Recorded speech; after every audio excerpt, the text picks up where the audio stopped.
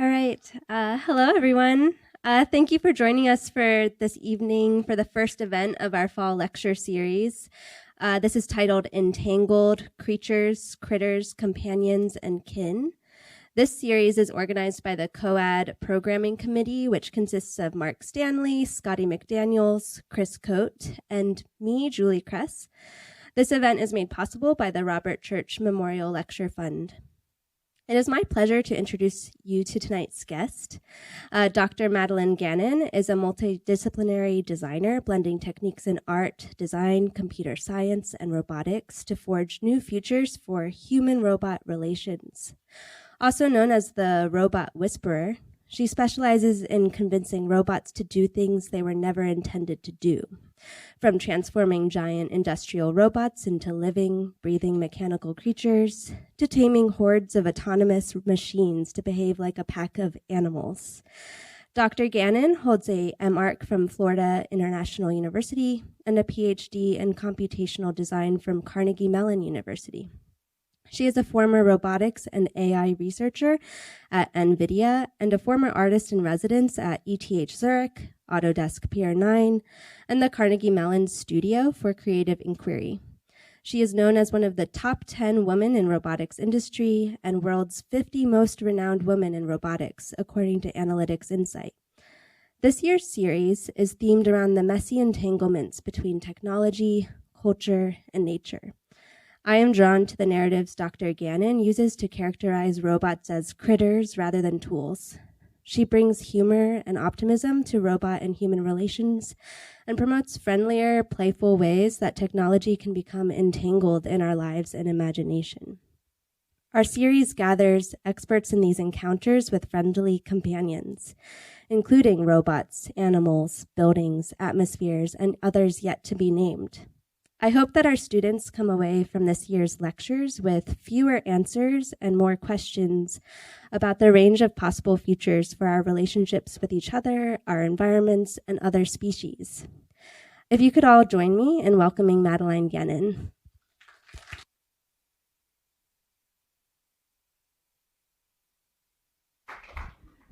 Thank you. Thanks everyone for being here. It's my first time to Knoxville, and I am really struck by the natural beauty of this entire region. I flew in over sunset, and the hills and the lush greenness is a stark contrast to the landscape in Miami, where I flew in from. So today we're going to talk a lot about robots, lots of robots. You're going to be sick of robots by the end of this talk, but really, I began here, like you all, in a school of architecture. This is where I went to undergrad and grad in Miami. This is Florida International University. And so I went from 2004 to 2010. So I'm also like the Facebook generation, right? This is me in studio. I found this on Facebook. Someone else tagged me this. I found this on Facebook the other day. And my college experience was, I loved being an architecture student. I love the fact that you learn how to imagine things that don't exist in the world, and then you're given the tools to actually convince lots of people around you to bring it into reality. And that skill set is universally useful. So I had a really fulfilling college experience. Seems like a lifetime ago, but going to college in Miami is really fun. And I was also a student athlete. Any student athletes in the room? Oh, I've got one. Yeah, you can do it. You're going to have some sleepless nights, and you might get some B's, but you can do it and have fun. All right. So this talk today is really to talk about I want to share a little bit of my journey for how I got from here in 2008 as an architecture student to 10 years later being put on global stages to talk about my perspective on where we're going in the future. But most importantly, I want you to think about that this presentation is for you. So I'm here to bring the most value possible to you all, right? I want you to think about how can I bring value to you in this hour that we have together. So I came up with a couple questions. My talk is 30 to 40 minutes, but I leave space because I want to have a conversation. And again, I want to be as useful as I can to you while we're here together. So think about some things that you want to know while we're giving this talk. I'll give you some context for what I do know, what I might be able to help you with. But there's really no topic off topic, no subject off the record. So come with questions. And then one more thing about where I am in my life right now. This year for me is an experiment. When I was an architecture student, I learned about this really avant-garde designer, graphic designer that I was super in admiration of. His name was Steven Sagemeister. And he, like, I couldn't think of a more creative person. And what he said, kind of critical to his practice, is that every 7 years he would close his studio, shut it down, and close it for 1 year to focus on self-directed research, to reinvest in his own creativity and his own process, and then reemerge for the next 7-year chunk. And that's what I'm doing right now too. I'm on a sabbatical this year. I sort of left and quit what I was doing before to reinvest in my own creativity. And I watched this TED Talk. When I was a student. Like, this was like when video streaming just became a thing. You still had the buffer, but we were able to watch it. And so I made a little excerpt of it because it was so impactful that now, 14 years later, it's still in my mind. Like, I have set up my life to be able to do this. So I thought it might be useful for you. Every 7 years, I close it for 1 year to pursue some little experiments, things that are always difficult to accomplish during the regular working year. So I decided to close it down for 1 year, also with the knowledge that right now we spend about, in the West, 25 years of our lives learning. Then there's another 40 years that's really reserved for working, and then tucked on at the end of it are about 15 years for retirement. And I thought it might be helpful to basically cut off 5 of those retirement years and intersperse them in between those working years.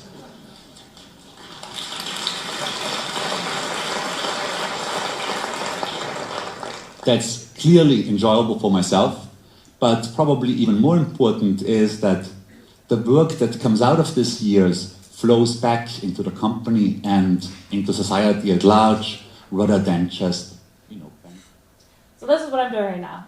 That idea that I heard, 14 years ago was such an earworm that that I'm committing to it now. It's my own experiment. It's definitely been enjoyable for me, and we'll see if it's also productive. So for the past 5, almost 6 years, I've been a researcher, roboticist at NVIDIA. Has anyone heard of NVIDIA before? Like, anyone who has a graphics card, a powerful render graphics card? Yeah. So I joined them as they were shifting from just doing graphics cards to doing things like robotics. So I was a part of a team that was developing robot simulation software using their powerful graphics cards. And that was an amazing job, a great job. I worked with talented people.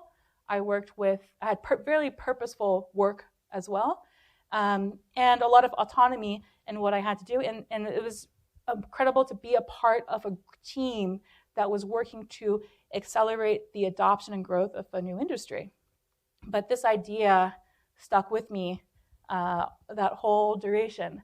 And so this year, I'll talk a little bit about what I've learned so far at the end. I've never talked about it publicly yet. This is the first time I'm speaking publicly after my sabbatical, so it'll be a little bit raw and a little bit unpolished, but I wanted to share that because I believe in learning in public, and so I wanted to share these findings back out with you. Okay, so with that housekeeping out of the way, we can begin the talk. Ready? Yeah? So as I told you, we're going to talk a lot about robots, right? When you think of robot, you might think of something like this, like Osimo, or C3PO, or more recently, kind of the amazing work happening at Boston Dynamics, right? This is in our collective mind, this is what robot means to us. I find it really useful to have a broader definition of what a robot is. So I think of robots as anything with a mechanical mind and mechanical muscles. Anything with mechanical mind and mechanical muscles. Really broad definition. And if you keep that open mind, you'll see that living amongst us are an entire array of robotic species. I was driving around with Marshall this morning, and we drove by a Starship Grubhub robot. So you guys have some of these on your campus even. In my work, I mostly focus on industrial robotics. And part of it is because I came out of an architecture school that had industrial robots. But also, it's a really amazing symbol of kind of everything we fear about technology. Really like our own obsolescence, their power and our own obsolescence. Are we creating our replacements? It's a really rich material to work with. And these industrial robots and CNC-controlled processes have been around for 50 or 60 years. And I find it very inspiring that at the same moment in time, there was like an alternative group of people who were creating art with robots for the first time. So this is a scene from Cybernetic Serendipity by a Dutch artist that is using there's no computers involved in this at all. It's just this mechanical thing, a pneumatic system to follow a child's voice. And then experiments in art technology, which has been revived recently out of Bell Labs, also exploring these kind of artworks of things that can walk among us. And so a lot of the motivation that I have is focusing on like imagining that we're on the timeline of the Unimate robot. We're on the timeline of industrial robots. And so what if instead I try to place my work on this alternate timeline where instead of 60 years of robots being used for efficiency, optimization, repetition, that we've had 60 years of working this with machines for companionship, curiosity, and care.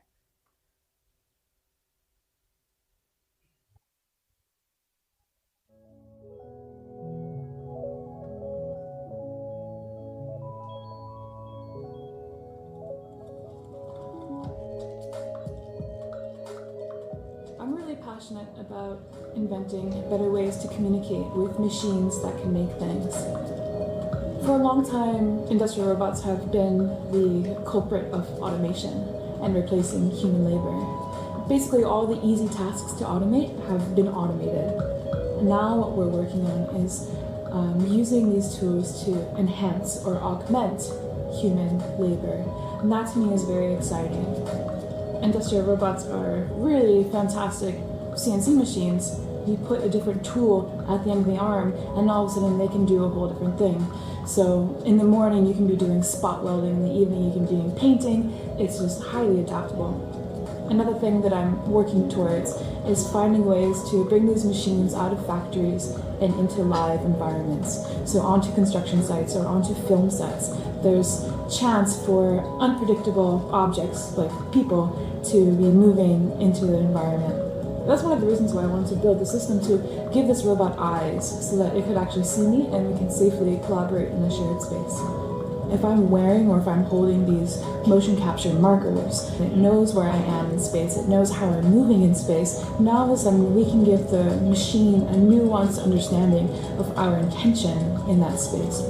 You can get someone who's never seen a robot before and have them begin to do creative things with just a couple minutes of interacting with the machine. So my work relies a lot on taking existing machines that we normally see as automation infrastructure and bringing them to life with motion. Giving these things, like you can see there are motion capture cameras in the background there that are following me along. And so this is like a really expensive machine, really powerful machine, really dangerous machine that I was using a processing, which is an open source creative coding platform, to program this robot to do something, to like properly misuse it for things that I thought were more valuable. And standing in front of this machine, sometimes I felt like a programmer, like an engineer, and then other times I felt like this, where I was more of an animal tamer, that this giant beast of a machine was just following me around the lab. And the funny thing is that a lot of other people saw that too. So this actually wasn't my artist residency project. This was some debugging code that I was doing for my artist residency project. But that video made the rounds on the internet, and people were so fascinated about this perceived relationship, which is really a spatial relationship between me and this machine. And it led to opportunities to reimagine this in museum contexts. And so as a student, I was actually a PhD student when this happened too, so I was still a student. But if you get like a random cold call from like a +44 country code, and you pick it up and say, "Hi, I'm the curator of a fancy museum. Would you like to do an exhibition for me? It's in 3 months."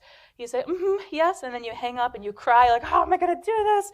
It's impossible. This guy's crazy." And then you just get on with it, right? That's how you make it work.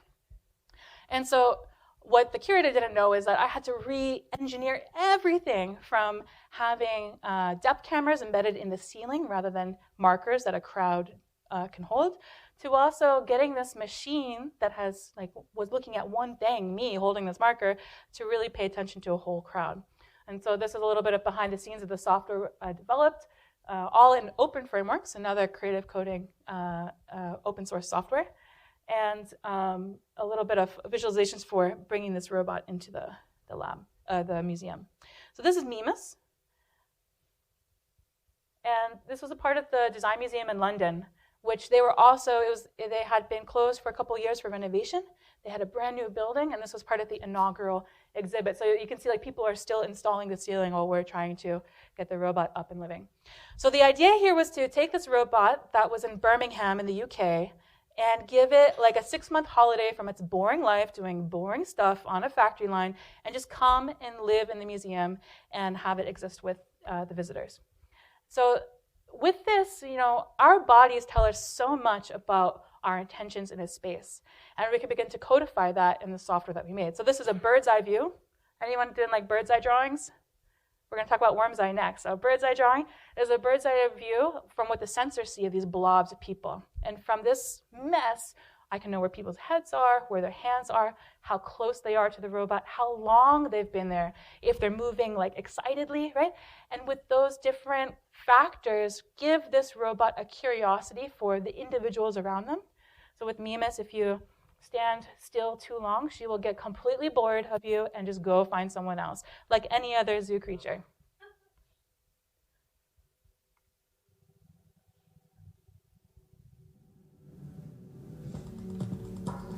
For me, this was an amazing growth opportunity. I was doing my first project on a different continent. We even set up like a little nanny cam to keep an eye on her over the time. But it was the first time I could take all of these ideas I've been working on for my PhD and take it out into the wild to really greet and play with people. And the response was very, very rewarding. For a lot of times we look at technology and it's not very often that technology looks back at us. And so that was a really fun thing to begin to explore and do workshops with some of the super talented kids that knew exactly what the sensors were and what the sensors were doing at the time. And this also led to the next opportunity, right? When you do one thing that people like, they tend to ask you for the same thing over again, which is amazing and also tiring a little bit. But that led to the World Economic Forum reaching out to me to help create an installation for their summer Davos to help the policymakers. So now we went from talking to academics to talking to museum visitors and the general public, to talking to policymakers that are literally deciding the government policies across the planet for how intelligent automated systems intersect industry and society. And so this installation, we decided to put an assembly line of robots on a bed of light. And you see here, there's a little, I didn't make these drawings, my husband did. They're made in Revit. So anyone who any Revit people there, there's a Revit shout out here. And all of them are hooked up to one brain. It's one of the most amazing things that we have a hard time internalizing as people, where our senses and our sense of reality is inside of our bodies, that these machines here, they can be connected by sensory things that are outside their bodies.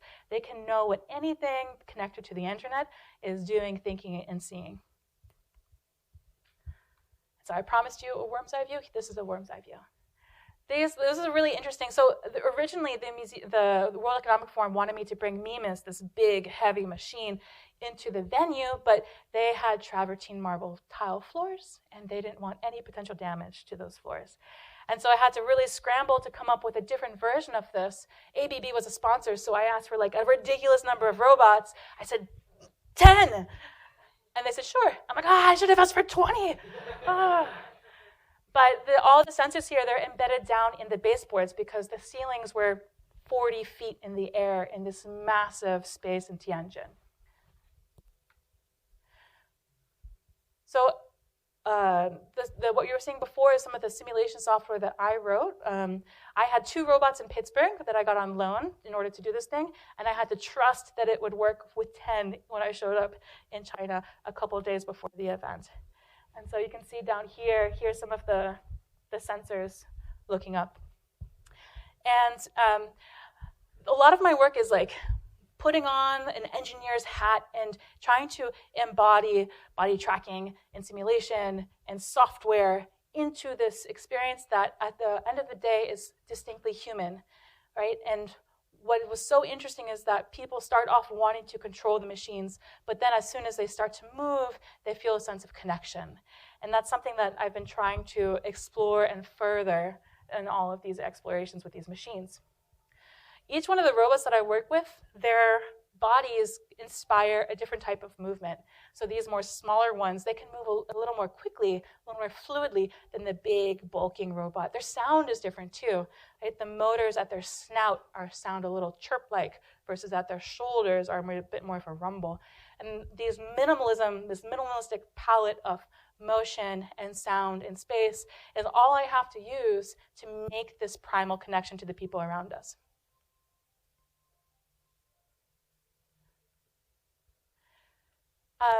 This was the latest project for me. This was last year in ETH in Zurich, and it was something that was really full circle. When I was a student, I was so inspired by the amazing robotic pavilions being built in ICD Stuttgart and in ETH, but I had like no way to do that. I had no resources for that. But by doing something different, I was able to, years later, find a back door, an invitation into that space. And it's funny, I've had about 10 years from doing like architecture proper to this weird route of a career that I've had. And it's amazing how many things have been coming full circle.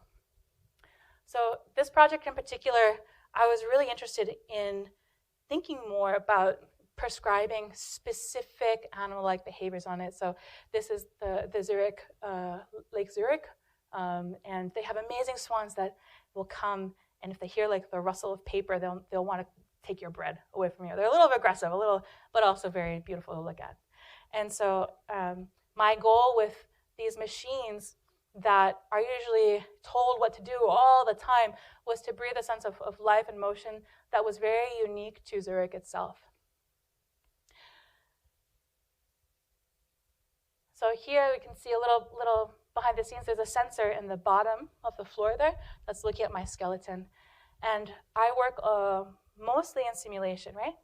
And because I'm very, very good at simulation, again, I can do something in the US, have it all ready to go when I land in a different country, on a different continent, and with minimal uptime, begin to work on these things. So this is part of the simulation software that I wrote with NVIDIA.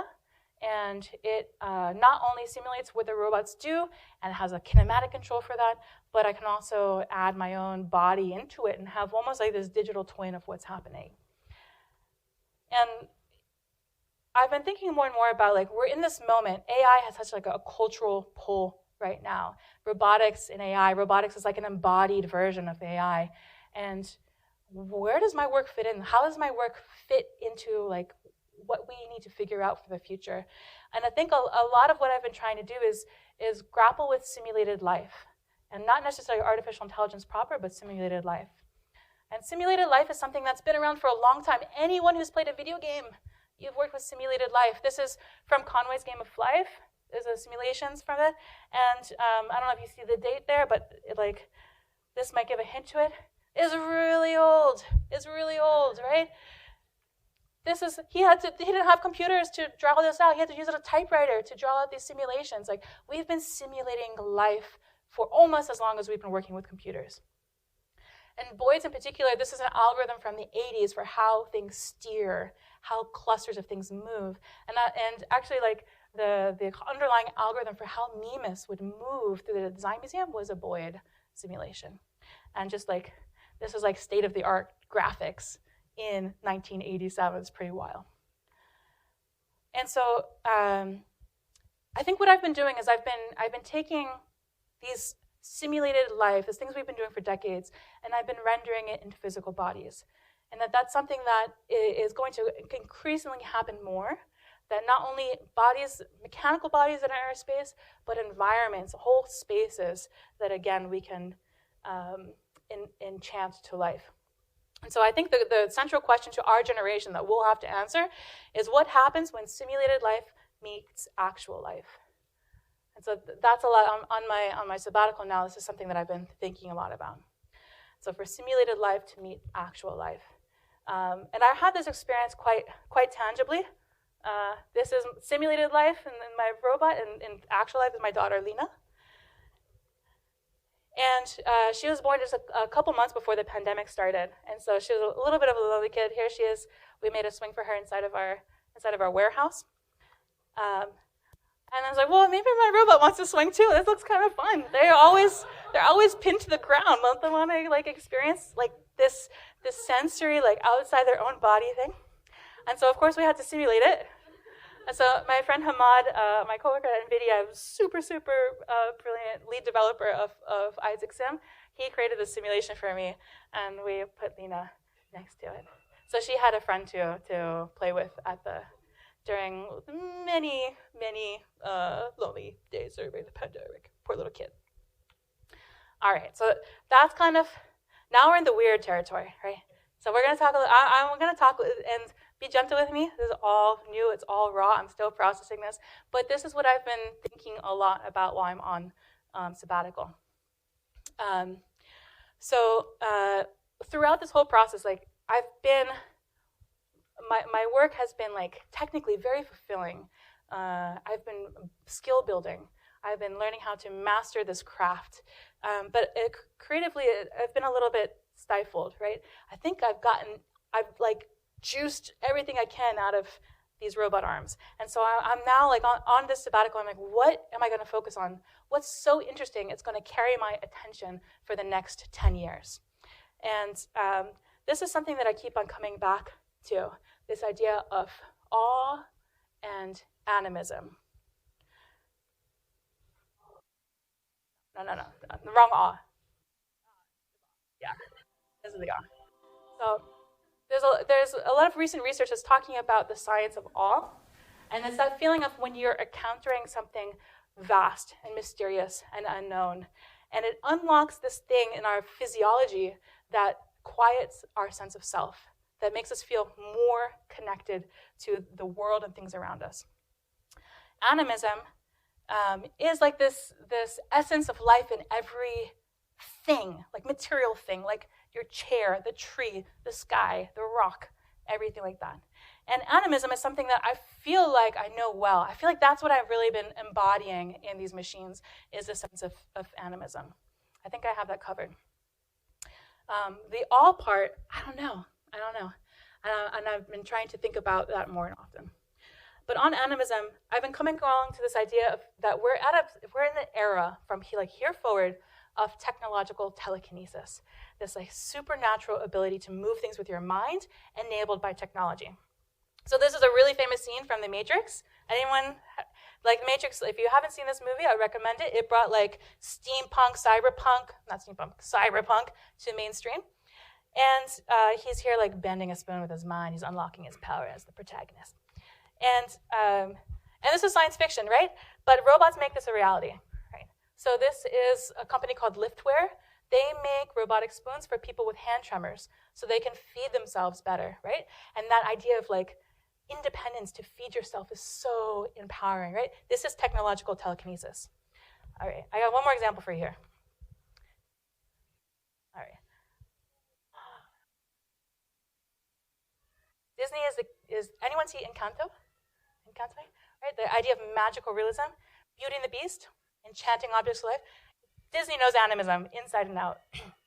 So here's Mickey sort of enchanting this broom to life to do his bidding, right? That's our fantasy. We have this examples magical fantasy things, right? Brought to life by robots, right? This is the future we asked for, right? Come on. Okay, awe is a bit more foreign to me. It's a new thing. I guess my goal here is like, I want to come up with tools and techniques to be able to elicit an awe state. And I think awe is really powerful because with technology in general, we have never been so tangibly connected to one another. Like we're broadcasting live out to the world, woo, right? But at the same time, we've never felt so apart. We've never felt so myopic, and oftentimes, like, we've never felt so lonely. So can we use awe to show that as like this antidote for this disconnect? Can we use awe to give us the future that tech kind of promised us? And leverage animism to help bring that awe state to life. And so I went big. Like, awe is about vastness. I went a little literal here. I was like, well, let me go find the biggest robot in the world. This is the biggest robot that ABB makes. It weighs 10,000 pounds. At its shoulder, it's 14 feet. So it's really big. It's really, really big. Your robots here are very cute, I want to say. They're really cute. They're good. But yeah. And so, of course, I had to put a big, giant googly eye on the end of it, too. Like, it's like, why not? This is like something that like I find really interesting with the human mind, that there's a white circle on a black circle. We immediately think I. They're just two geometric forms superposed onto each other. But this thing comes to life as soon as it starts to move around. This was another speed project. So with a big theme of my work is that I have amazing friends. So I DM'd David at Loop, who owns this robot, and I was like, hey, what are you doing? You wanna let me come play with your robot for a week? He's like, yeah, let's do it. What do you want to build? We'll figure it out. And so because again, like I can work in simulation, I can parachute into these places and do something really, really quickly. This next bit is also what I've been working on for my sabbatical. It's something completely different. So robot arms, like this is literally I can't go bigger. I've used tens of robots. I've been surrounded by robots hanging from robotic buildings. I've used the biggest, heaviest robot in the world, but I can't scale up past that. And so what I've been working on for my sabbatical is thinking about like if I want to have robotic spaces, like your cavernous atrium outside, enchant that space to life. What are the sort of robots that I need to be able to talk to in order to bring that to life? So I've been working on a project funded by the Knight Foundation to build a robotic toolkit, open source toolkit that hopefully you guys will be interested in using and testing to work with cable robots. Cable robots are amazing. Like you can see, like every crane you see on a construction site is a cable robot. So it can scale up that big, or you can also use it to like do high precision laser in medical devices, things. They're used for hands of humanoid robots too. So you can go high precision or you can go really, really big and strong. And so this is something that it's in development. So if you want to find out more, you'll have to follow along online because I don't know how it's going to end, but we'll get there. And that's all I got for you. Thank you.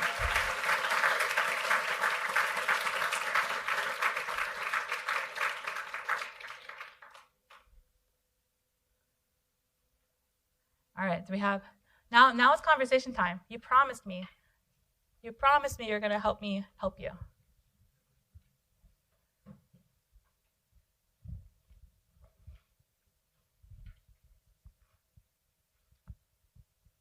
Yes?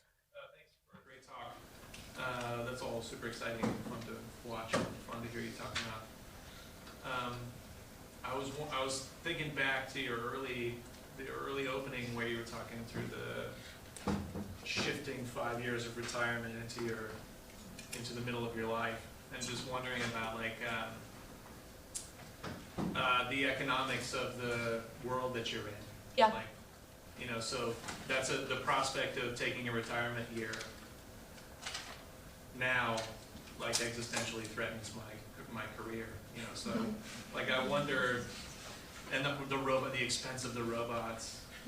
Like wonder about just like the financial, to take up the thing that Julie said in the beginning too, like a financial entanglement. Like how does capital intersect your work? I try to keep my overhead low, so I do own one robot that I bought used. It's currently in a box, but a lot of it is like I have friends that have resources that are going underutilized, and because I don't take up much space and can work very efficiently, I'm not a burden to go try out these things. And in fact, I try to leave behind tools and knowledge and techniques, so it's a win-win for everyone. I worked at a California-based tech company for 5 years, and so that gave me that was a decision. For me, I think that the ideal thing to do is to find ways to buy back your time, right? So if they say you're like a freelancer, right? You get a job for the great paying client and you have to like work for them for 3 months, but then you get 1 month to yourself. Like you can do it sort of piecemeal. With NVIDIA, I did a long time there and able to take a long time off after. So that's kind of how I think about it in terms of, I have a child, I have to be responsible, but having a layer of financial stability is paramount to it. And that's why I haven't done this sooner. So having done a Ph.D., that was, let's put it this way. I started my schooling in 2004. Working at NVIDIA was my first real job in 2018.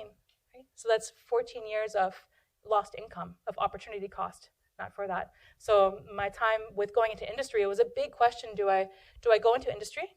Do I start my own firm and grow that? Which I had a little bit of momentum that I could have gone that way.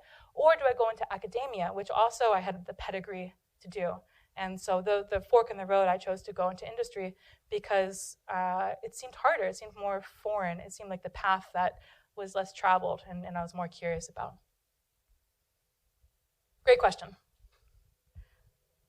Let's see if there's any other. So this is maybe more like a musing than a question. Just thinking about your, sounds like you're saying it's like a newfound venture into awe. And just thinking about that, and for me, when I think about the term awe, it's an act of surrender, like surrendering to mystery specifically. And that's kind of, I think that's a tricky thing when you're working with robots, because you know so much about how they work, and because you kind of designed how they work, and specifically in what you're working in.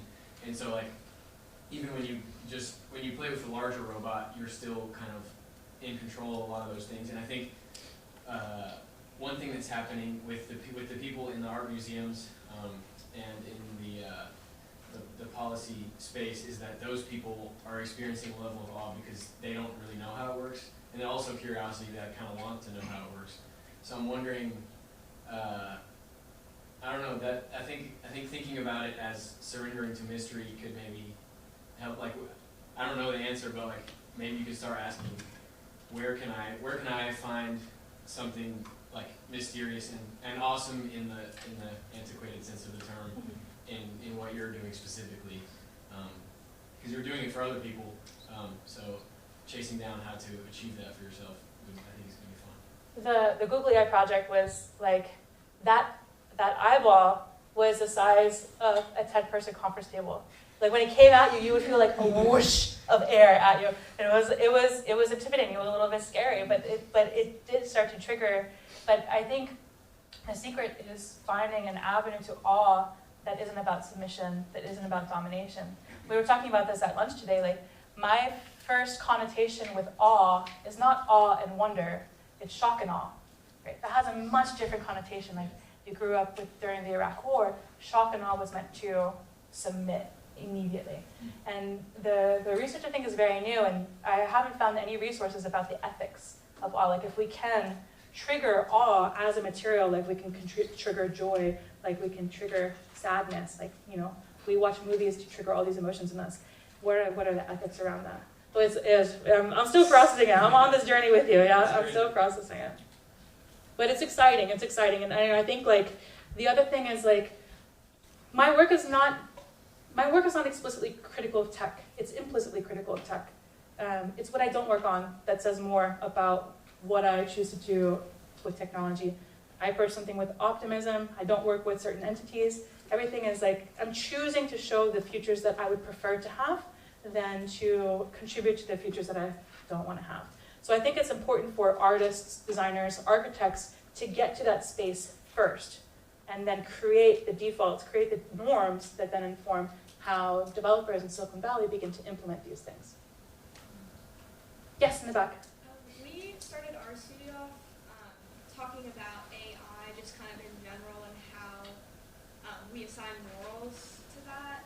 I was just curious, like, how do you see your work specifically kind of existing in a future world? Like, do you see it as almost like a second human species, like a subspecies? Do you see it kind of doing its own thing, especially thinking about humans being so against being not the top species all the time? I see it as a way of, a lot of what is humbling about this is, especially like standing in front of these things, is I'm not the most important thing in the room, which is something I have to constantly remind myself as someone with a big ego. But it's important. It's an important lesson to internalize, right?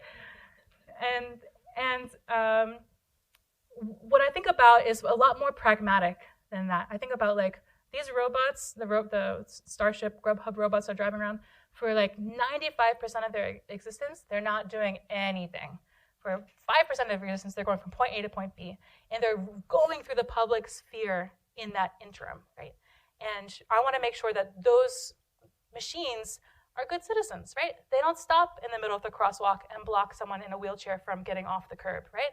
Like that while they're doing these things, while they're not doing tasks, that they are contributing to society in some positive way. And we think about, I think we're not quite at a critical mass of machines to really think about a non-task-based model for what robots do. They always have a purpose. They're always doing a thing. And they're not just existing yet. But for 95% of their lives, they're just existing, how they're doing things. Another pretty incredible thing is that like technology stops being technology at some point. So does anyone remember the halftime show at Super Bowl this year? It was back in February, it's a long time. Like it was Rihanna coming down suspended from platforms. Like, those are robots. Those are robots that you know, hundreds of millions of people saw and got to experience, but we don't think of them as robots. We think of it as stage set and drama and this sort of thing. And I think that will continue to happen, that the symbol of this will normalize. Like my future, no factory is going to let me do this with their like machine robots. I need to actually produce a car. But it'll start to normalize in different ways that we're not so symbolically visual. Excellent question. Yes? About like the instantaneous nature of like your simulated reality and the real reality, essentially you being able to program something and test it out in that sphere and then bring it to the real world very quickly. This is like something that doesn't exist really in architecture. For the most part, we can create photoreal renderings and stuff, but if we're going to design a building, it's going to take 8 months to a year. Yeah. And so I'm just wondering about any benefits you've seen from being able to do that and any downsides you see from that process. I think that will, as your career goes on, this might be a 5 to 10 year horizon, that the simulation tools for being able to coordinate and project between the different trades will just become much more accessible and better. And there's a lot of people, including NVIDIA, that's already working this space to try to synchronize these things. That lets everyone use whatever tool they're really interested in, but synchronizes it in a digital space that we can evaluate things. Now, like, real life is way different than in simulation. No matter how good, no matter how physically accurate the simulation can be, the real world is messy, and there's aspects you have to adjust for. But I think that will start to get better, is what from what I've seen, like, on the inside, for the efforts and the investment that's happening in making those processes of idea to design to reality will make it a little bit smoother. That being said, like, as part of why I never practiced architecture was because I needed more instantaneous gratification from this. And so, but even with this, like for me, my process is very iterative. So I take a lot of the way that programmers think, where they do something, they try it, they do something, they try it, they do something, they try it, and the accidents and happy surprises that happens with that and use that as a core to my design process. And I think that's helpful whether you are a student of architecture or any sort of creative process, right? When the stakes are so low that you can just try a bunch of stuff and see what happens and see what you're inspired by, that's a really, really helpful design process.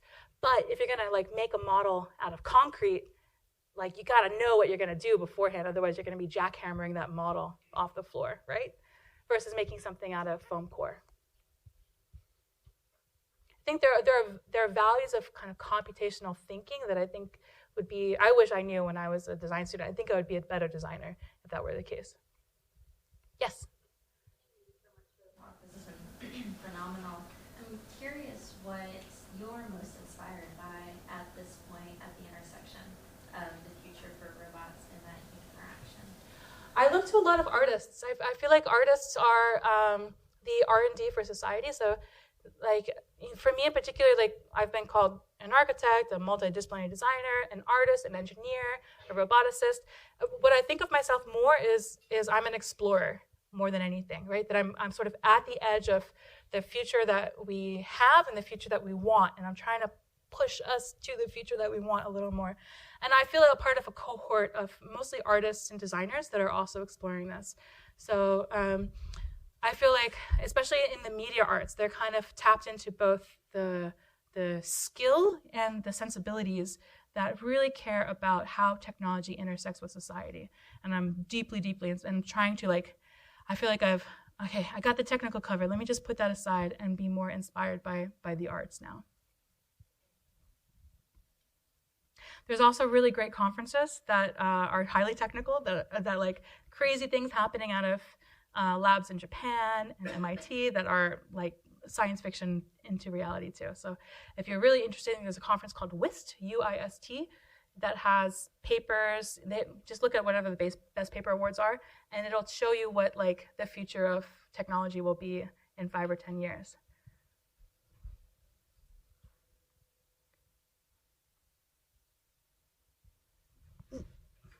Yes.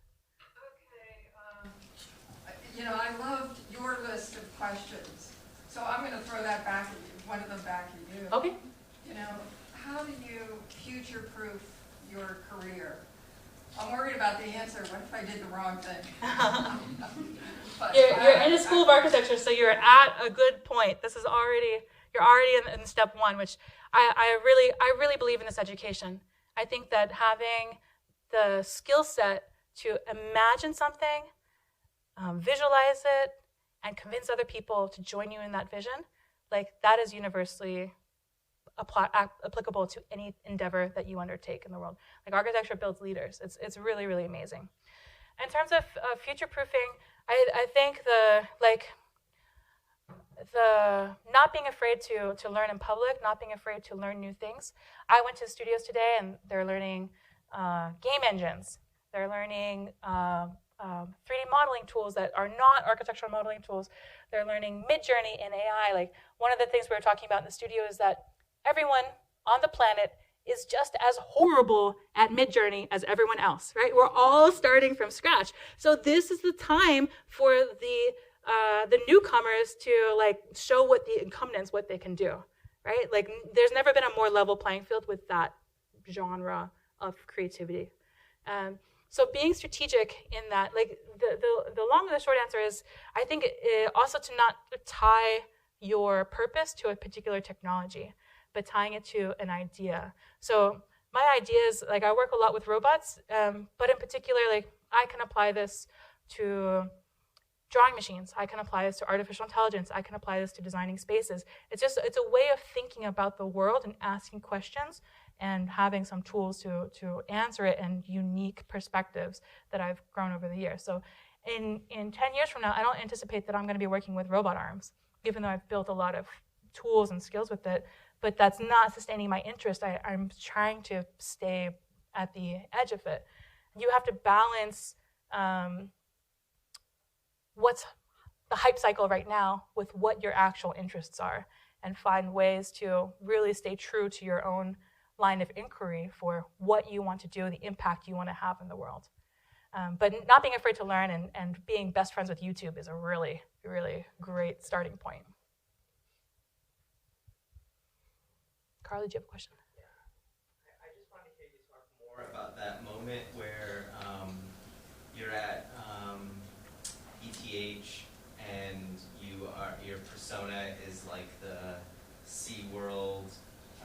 Literally how it like sounds. this, everyone must say that, right? Like you're doing all those moves that are like, okay, I'm performing for an audience, but I'm interacting with the robots. My eye contact is with the robots, right? Like you're in that room, like clearly deeply aware of their nuances, and you've developed a kind of instrumentalized kind of relationship with their behaviors.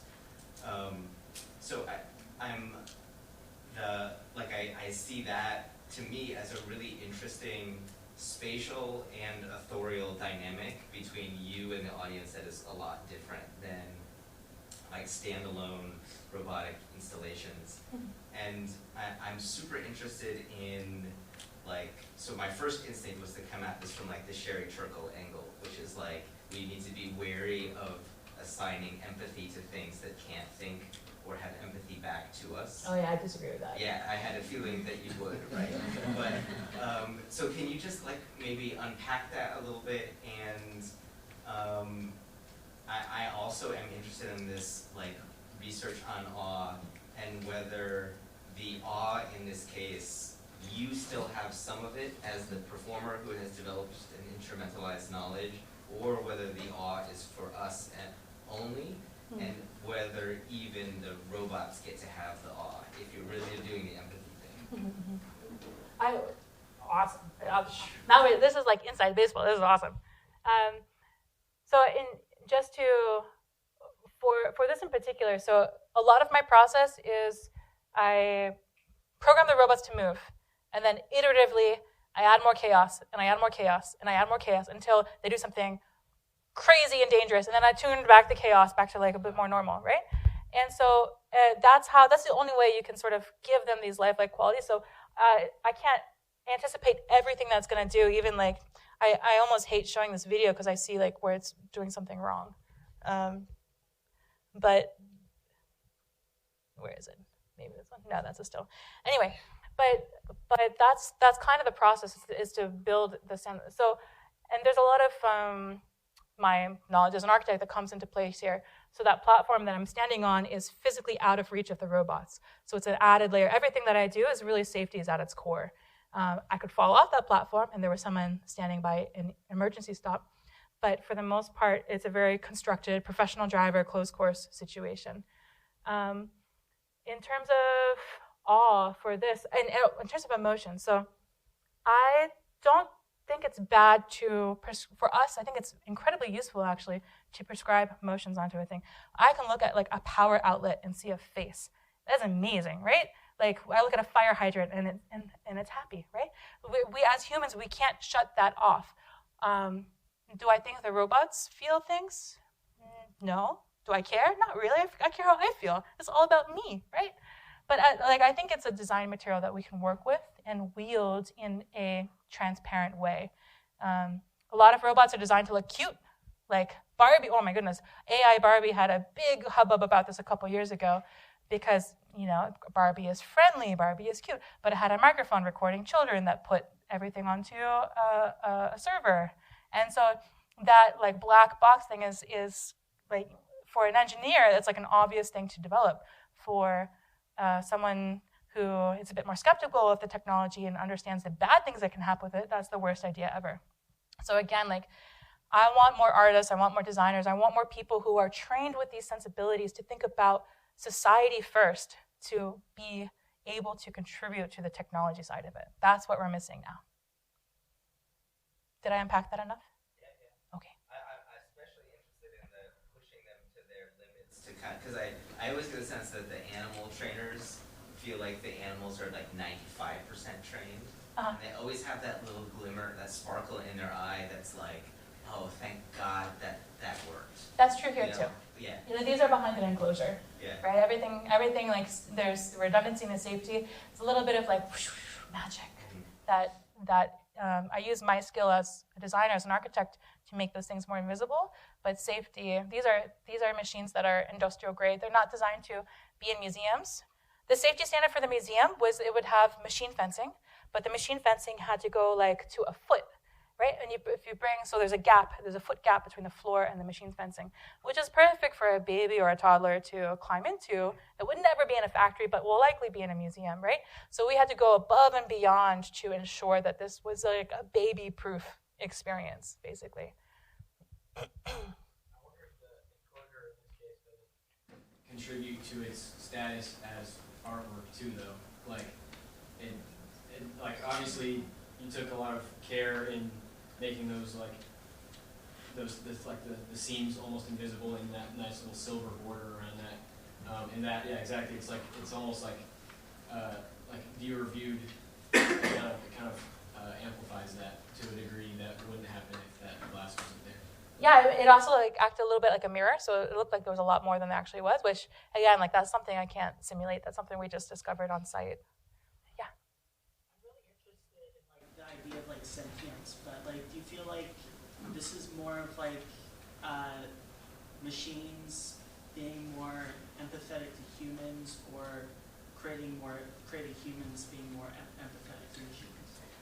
I think for me, it's creating ways to have more legible interactions. For a lot of these machines, like to understand what they're thinking, you need to open up a computer and look inside their brain, and look at their debug screens for that. And so if I can simulate empathy, some empathic movement that someone else can read and understand, like one of the applications that we were exploring for this project was like on construction sites, that when the robot is about to do something dangerous, it acts aggressively. So people who are not even looking at it, their primal instincts takes them to step back. That for me is like what I find most interesting. It's not really even about the robot or the person. It's about how they can communicate to one another in the most natural way. So you're next.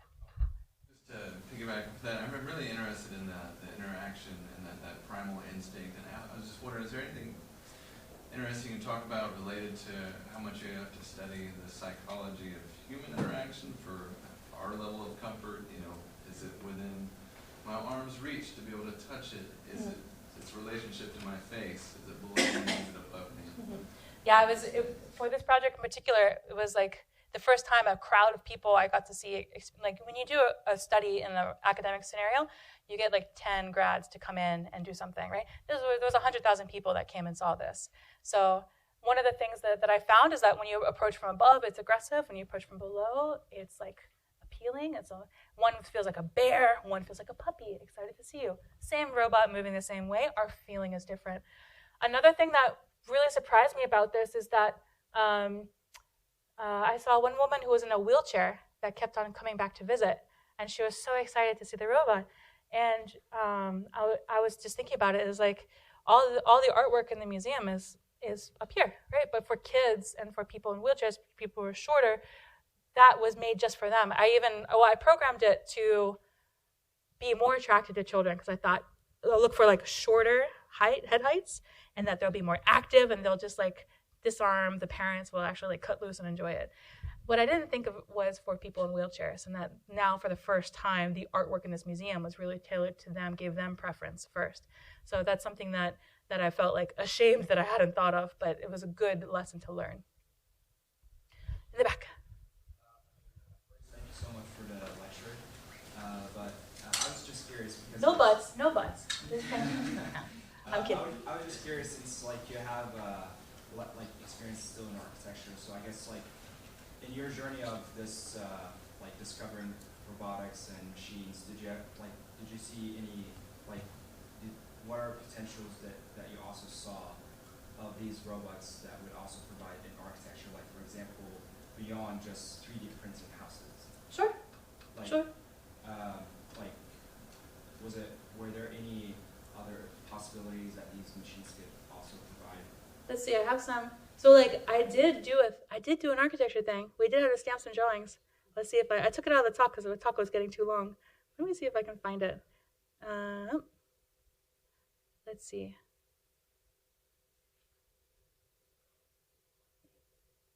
Okay, I'll unskip these slides. All right. So this was this. I moved from Pittsburgh about 2 years ago. We ended up, long story short, we ended up selling the warehouse and moving to Miami. But this was a big thing. We bought this warehouse on the edge of Pittsburgh and renovated it into a warehouse house. So this is the first time I could take. So the idea was to have a robotics lab inside. And so my thinking was I wanted this living laboratory that instead of visiting the robots from 9 to 5 in the lab, in the office, that I could really live amongst them. And that's where the idea of the swing came out from here. But this was like, yeah, this was a crazy project. We were supposed to do it together, my husband and I, but we signed the paperwork to buy it, and then a week later found out I was pregnant, and so it became his project, and then the pandemic happened as well, which was tough. But we got through it and really had an amazing time being fully in control of a project. This was our money, our budget, our sweat, our blood, our tears, and so we never realized how expensive paint was. Like, oh, how are we going to do 5,000 square feet of paint? We ended up painting the floors because it was too expensive to do anything else. And those realities we're, of course, I'm very, very proud of the project as well, but thinking about how, like, in a future when we are living with machines like this, which could be when you are 80 years old and you are in a robotic wheelchair, or you're wearing robotic bracing that helps you move and have strength of a 30-year-old again. Like, what is it actually like to live? What is it actually like to live among these machines here? So this was both like flexing architecture muscles and going through that, but also beginning to see, like, can we use our own space as a test bed for what normal might look like in 10 to 15 years. So I purposely go out. Hey, there's Lena. Yeah, we'll get more swings. Yeah? Aww. Okay. I purposely try to think 10 to 15 years into the future, because if I don't go that far out there, there are industry research labs that are working from the 3 to 5 and 5 to 10, right? So I have to go further out where it's not profitable for them to focus their attention and try to explore that space and see what's interesting about it and anticipate that that might actually be interesting to folks in the future. And so that intuition is something I've developed over time. There's always misses, but one thing that for example, on my website, you'll see, like, I have a project from 2015, 2016, which was a pen that you could draw in midair. And then when you touch your skin, it traces your body, and it's all like turns it into a CAD environment for 3D printing.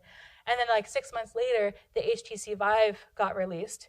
And then you could do all of that like for $500. I was like, oh, it really stole my thunder. I'm happy I didn't peg my career on that. But so you can, if you work in tech but you work too soon, you're going to get like eaten and surpassed by people who have more funding, have more resources, have a bigger team there. So for the most part, I'm not trying to think about what's life going to be like in 3 to 5 years. I'm thinking 10 to 15 years. Yes? It seems like a really lovely place where it's subverting a lot of more prescriptive careers. And like in a very selfish way, I'm very curious about how you made these decisions to find something that you do. Can you repeat that again? How do I make decisions to? Yeah, to find this like niche for yourself. Oh, there's no decision for it. It's like. Yeah, but like choosing paths or like mindsets. I don't know. It's definitely. I have something inside me that I'm a very optimistic and a very curious person by nature. And so that's part of like why I got into doing research, why I wanted to pursue a Ph.D., so I could pull at a thread of inquiry and see where it took me. So that mindset of an explorer, not for place but for time, is something that it wakes me up in the morning. So that internal motivation is there as this engine. Now, knowing what to focus on, that's really hard. That's really, really hard. And especially like I'm starting over again with a sabbatical. I'm basically doing another master's thesis. I'm doing another PhD. Like, what do I have all these skills, all these resources, all this time. What do I do, right? And having, like, trusting in your design process to help you evaluate and add constraints and take you to hopefully a place that you weren't expecting when you started off. Like, that's when you know you're doing it right. When you had an idea You set a North Star into the future, and where you trust this process that you've developed as a designer to like move forward through a creative idea takes you to a spot that you weren't anticipating when you started. That's been my experience. All this is with a caveat, is like that's been my experience, and everyone's experience is different.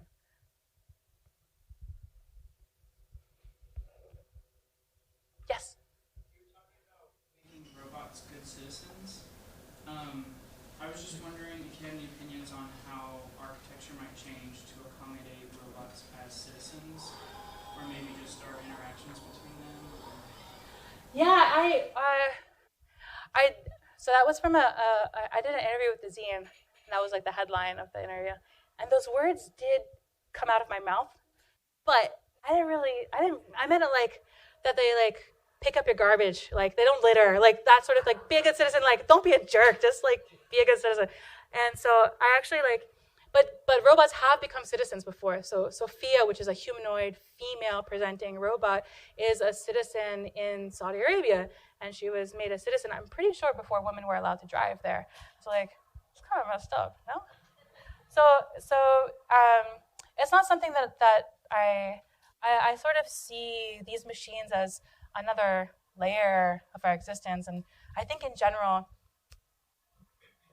humans need to decentralize their importance in the world and live a little bit more sustainably with each other and the environment and the machines that are in that environment that will increasingly be in that environment. So that's I wasn't misquoted. That's literally the words that came out of my mouth, but that wasn't my real intention for it. Yeah, Marshall. So a lot of your work is about adding, kind of behaviors to these machines that personify them in some ways. And at the same time, a couple slides ago, you had your daughter, who's literally developing behaviors and personalities as well. How has that change of pursuing this research and then having your daughter affected the way you personify these robots or develop the tools which give them behavior? I mean, like, I've been thinking about this in the context of artificial intelligence and our obsession with artificial intelligence. How we have like a little bit of a God complex about creating life. Like, can we create life in our own image? And I think like guys, it's not that hard. Like half the population does it. Like it's not that special. There's a lot of poop involved. It's not that special. And so I've been trying to understand why we're so obsessed with it. But for me in particular, like having an opportunity for her that her normal for what the technology around her is be very different than what we tend to expect is something that's really important to me. And so the fact that she like can see that like, oh, my best friend was a robot. Right? She's a little indifferent to it right now. She really just wanted some cookies. But I think that that's important. And I think about that in the context of the design museum too. Like part of why I take these things and I don't want to just keep them in the lab is because I want the general public to have an awareness of what this technology could be. That they have a right and they have an empowerment to decide with their own agency what this technology could be. So like this kid thinks that robots are reactive and fun and playful, and why shouldn't that be his reality rather than like we should build the futures we want and not be settled for like the present that we have with this tech. And that to me, that's a driving motivation for me. In the way back. Thank you for your talk. I just wanted to say I'm in a cinema studies class right now, and I see a lot of parallels between kind of like the spectacle and cinema attractions, early stages of film, and how it is like a new layer of our existence, a new way of like seeing ourselves and like seeing these presentations of ourselves. And so I'm just curious about like if there's parallels between that, like this is the spectacle, the moment we're in right now, where it's kind of like the fixed robot, but in the future it's more, and cinema is like narrative based. And so if it is something more where there's a story behind it as well, like the first thing that came to my mind was like the monkey at the zoo that steals your sunglasses. How could you create that in a robot? I mean, that'd be awesome. Take it, try it. Ah! Yeah. But I think about spectacle a lot with these things that like I'm trying to optimize for public engagement with a lot of it, and part of that is necessary. The funding that I get for doing these often comes from marketing budgets. So like ABB only gave me this robot because I did some like blog posts with them. So they need something. I think about this a lot. Like they need something that's positive fundamentally and that's not too critical. Otherwise, they're not going to give me a robot, right? So that I think my optimism aligns with them in some way.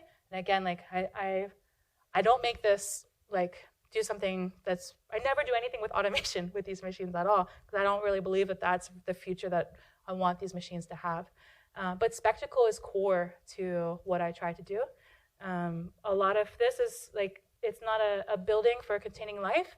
It's trying to garner attention and to get an idea into as many people's minds as possible.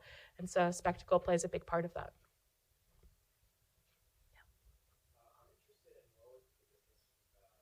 Between the first big robot we saw, at first you were holding a gadget to follow where it goes, compared to the one we're seeing now, where there's like, I'm guessing there are sensors somewhere.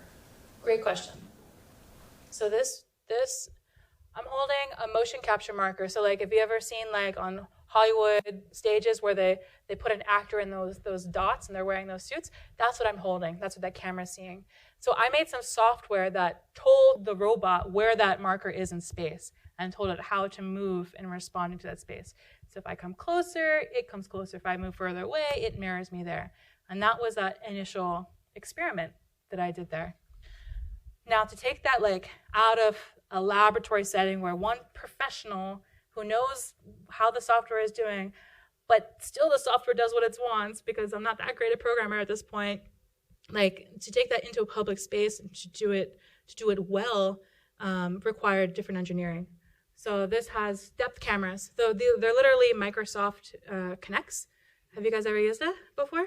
So I bought all of them off and I have them on. Like there's no more. I got them all. I have like 17 in a bin. These, I did my entire Ph.D. It's like a 10-year-old dead technology that I'm so missing right now. But we just stripped them down. This is my friend Kevin, also an architecture student. I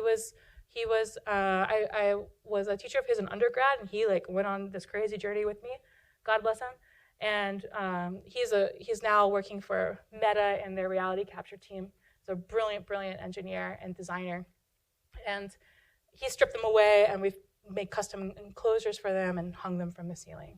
So this takes 10 sensors and stitches them together, like overlays them, those virtual sensors, in my software. So they're kind of just overlapping. And that's how like the robot can see this entire perimeter around them. But if you're too far away, the robot can't see you, right? So one of the challenges of this work is that if you make a robot move and seem more intelligent that people believe it is, and that's why we like definitely had to have an enclosure for it, because if something moves lifelike, you think it's smart, but it's really just simulated life.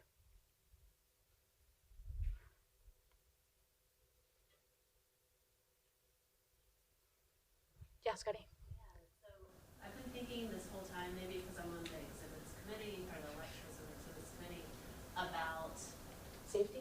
Oh no, not safety.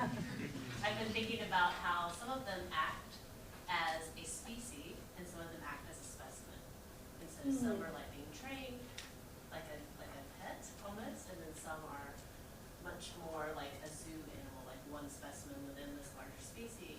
And that you're giving them these traits, so like I think of individual species having traits that they somewhat share between like a set of, like a specimen has traits that they share along with the specimen, with the species, sorry, getting myself confused.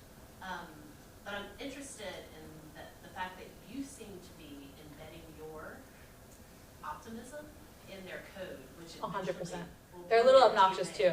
Yeah. But it's kind of wonderful because like the DNA is being set in motion for the future, right? So like you are helping create the traits for the species of the future in some ways. I think it's something that we overlook when we think about the technology that we use, that the value sets of the people who create it are really deeply embedded in that tech.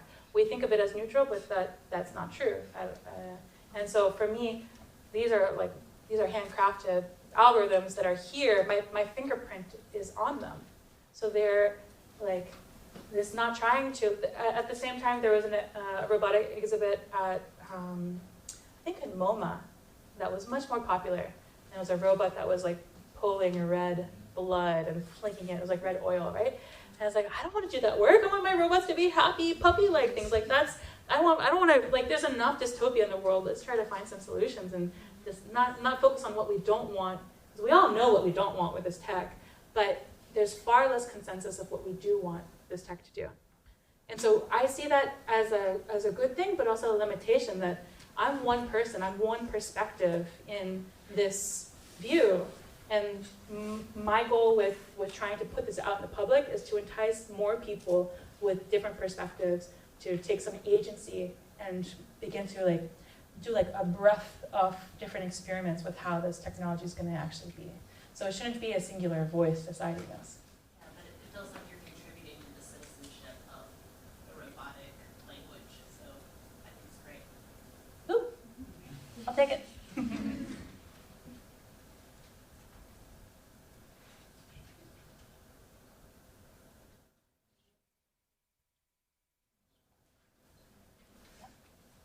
Yeah, we're good?